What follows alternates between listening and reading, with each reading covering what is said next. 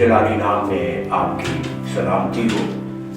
आज हम अपनी रहनुमाई के लिए खुदावंद के जिंदा कलाम में से इंसाल की किताब और उसके 23वें बाब की 26वीं आयत पर गौर करने वाले बनेंगे। मैं आपको बताना चाहता हूँ कि इंसाल की किताब का जो राइटर है खुदा का बंदा सुलेमान है, और उसके बारे में आप जानते हैं कि खुदा ने उसमें से रोया में बात की और उसे कहा कि माँ तू मुझसे क्या चाहता है। तो उसने खुदावंद से कहा, खुदावंद तूने मुझे सब कुछ दे रखा है, लेकिन आए खुदा जो कौम तूने मुझे दी है तू मुझे उसका इंसाफ और अदल करने की तौफीक दे और मुझे हिकमत दे। और हम इस बात को जानते हैं कि वो हिकमत का बादशाह है। आज हिकमत की बात हम सीखने वाले हैं जो खुदा के बंदा सुलेमान ने कलाम मुकद्दस में कही।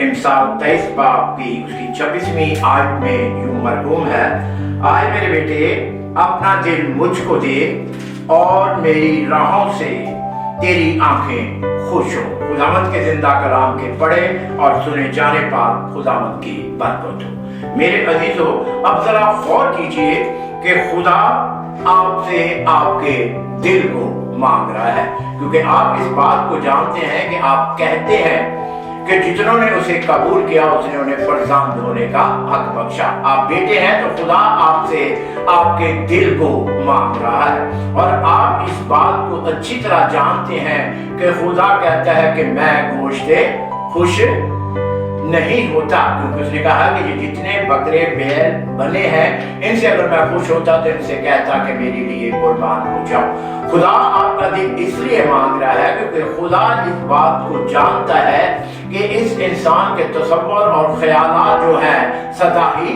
बुरे हैं और गुनाह के सबब से उस पर मौत आ रही है। और ये बीमारी जो उसके दिल को लगी है, खुदा उनके कलाम में लिखा है, आप इस बात को जानता है कि लड़कपन से ही बुरे मंसूबे बांधता है। खुदा उस बीमारी का इलाज करना चाहता है कि आप उस बीमारी से निकल कर के आप पर मौत ना आने वाले बने।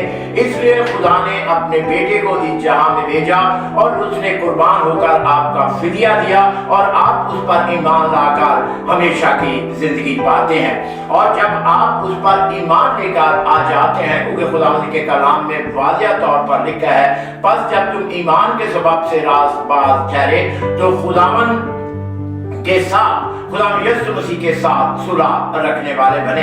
और आयतमान खुदा हमारा इलाज इसलिए करना चाहता है कि हम गुनाह की मौत से बच जाए। और जब आप ईमान ले आते हैं तो आप उस मौत से बच जाते हैं और आप रास्तबाज बन जाते हैं। और रास्तबाज बनने के बाद आपको रास्तबाजी की जिंदगी बसर करनी है, जिस तरह खुदावन यीशु मसीह ने तालीम दी है कि अपने सताने वालों के लिए दुआ करो, अपने सताने वालों के लिए दुआ करो, ताकि मेरे अजीजों हम ये अमल करते हुए हम उससे बरकत पाने वाले बनेंगे। हम अपनी खुदी का इनकार करने वाले बने, अपनी सलीब उठाने वाले बने और खुदावंद की कही हुई बात पर अमल करने वाले बने कि खुदा ने कहा मैं तुम्हारे घर में आया, तुमने मुझे पानी नहीं पिलाया, मैंने तुझसे कपड़ा मांगा, तुमने मुझे कपड़ा नहीं पहनाया। इस बात को करते हुए जब आप उस पर ईमान ले रहे हैं, उसने आपका इलाज कर दिया है, तो आपको फर्मा बरदारी करते हुए यीशु की पैरवी करते हुए उसके साथ जिंदगी बसर करनी है। खुदावंद आपको इस कलाम के वसीला से बरकत दे।